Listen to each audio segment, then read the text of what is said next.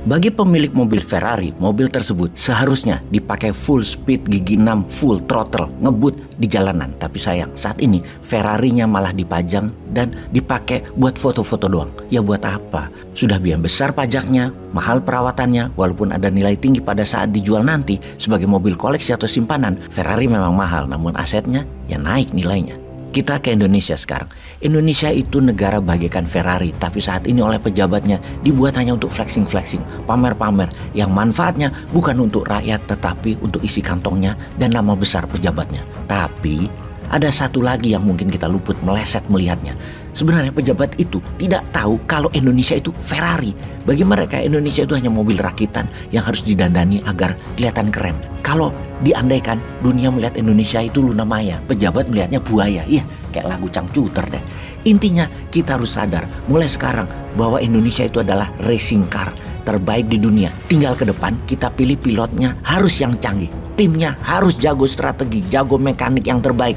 Riset developmentnya, dananya juga tidak terbatas. Idenya semua untuk kesempurnaan dan pilotnya memang berani dan mahir. Sekali lagi kita ingatkan, jangan fokus pada pilotnya saja di tahun 2024. Lihat tim di sekitarnya, siapa calon menterinya misalnya. Dilihat dari dengan siapa dia nongkrong, itu pasti nanti jadi pembantunya, jadi menteri-menterinya. Lalu lihat siapa-siapa yang mendukung para votersnya. Juga lihat siapa sponsornya yang nempel di baju pilot dan di body racing car-nya itu. Yang mendukung itu semua adalah para mekanik, R&D, manajemen racing dan sponsor Indonesia nantinya. Hati-hati, sekali lagi hati-hati. Gak capek kemarin-kemarin dapat apa? Masih mau yang model yang sama atau mau model yang baru? Sekedar mengingatkan lagi, sponsor itu ada dua. Yang satu oligar lokal, yang kedua negara asing yang bermain untuk memanfaatkan sumber daya alam kita. Bener deh, kalau Indonesia hasilnya cuma singkong atau tape doang, gak mungkin ada sponsor negara besar bakal masuk dan kita dimbung-bung, dipuji setinggi langit, dikasih sangu, cuan. Sponsor asing itu gak butuh kebanyakan singkong.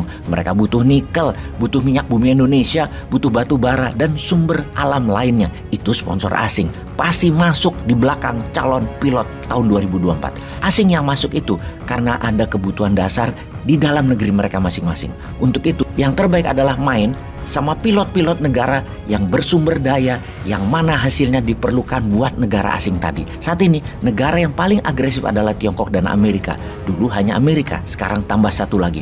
Untuk itu kita harus pelajari mereka. Cuman mengingatkan informasi ini, yang mana Newmind tidak pernah tertarik membuat mereka, Amerika dan Tiongkok itu jadi sponsor. Karena Newmind pede, mereka jadi mitra dagang aja, bayar aja. Lebih dari itu, gak minat. Apalagi dapat sponsor buat jadi pilot 2024, enggak dah.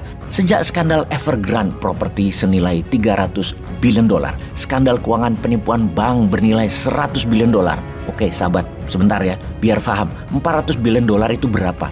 400 billion dolar itu 2 kali APBN Indonesia tuh, yang sekitar 2.500 dolar rupiah per tahunnya. Wis kebayang yo, kita lanjut cerita dalam negerinya Tiongkok. Masalah banyak kota di Tiongkok di lockdown karena COVID, sehingga serangan udara panas heat wave yang mempengaruhi 30% hasil tanaman pertanian Tiongkok membuat Tiongkok punya masalah besar di dalam negerinya. Di sisi Amerika juga masalahnya saat ini sangat besar di dalam negerinya. Homeless di Amerika di tingkat terparah, narkoba, preman di jalanan, penjarahan, penembakan warga sipil, hingga dunia oligarki di Amerika saling bunuh, inflasi tinggi, uang beredar terbatas. Itu masalah besar di Amerika. Kita rincikan ke Tiongkok dulu ya. Di Tiongkok, GDP nasionalnya kontribusi bisnis properti adalah senilai 29%-nya. Ini sebuah nilai yang terlalu besar, overproduksi. Seharusnya membuat properti harganya murah. Namun anomali, di Tiongkok itu properti Tiongkok harganya 2 kali harga di Amerika. Mahal sekali harganya. Sehingga banyak yang tidak mampu beli karena dibangun propertinya kelas-kelas atas. Pembangunan rumah tinggal overproduction, tidak punya pembeli. Kelebihan sampai 50 juta unit rumah, apartemen dan kondominium. Ini bikin runyam ekonomi yang untuk pertama kalinya produksi Tiongkok turun ke titik terendah. Sektor produksi di Tiongkok menurun kebutuhannya sehingga turun produksinya, terbukti yang berimbas permintaan akan BBM menurun. Negara Tiongkok adalah negara terbesar pengimpor migas di dunia ini. Inilah yang mengakibatkan harga turun kembali ke 70 dolar crude oil tapi bergerak naik lagi. Dan selalu harga tersebut sangat bergantung pada kebutuhan Tiongkok. Walau kita tahu minyak dunia turun, oke, ini yang aneh.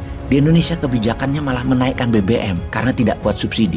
Subsidi, bocah. Jadi kesimpulan analisanya adalah kita mengerti mengapa Tiongkok memanaskan mesin perangnya. Di Ladakh di perbatasan utara India, Tiongkok memprovokasi India.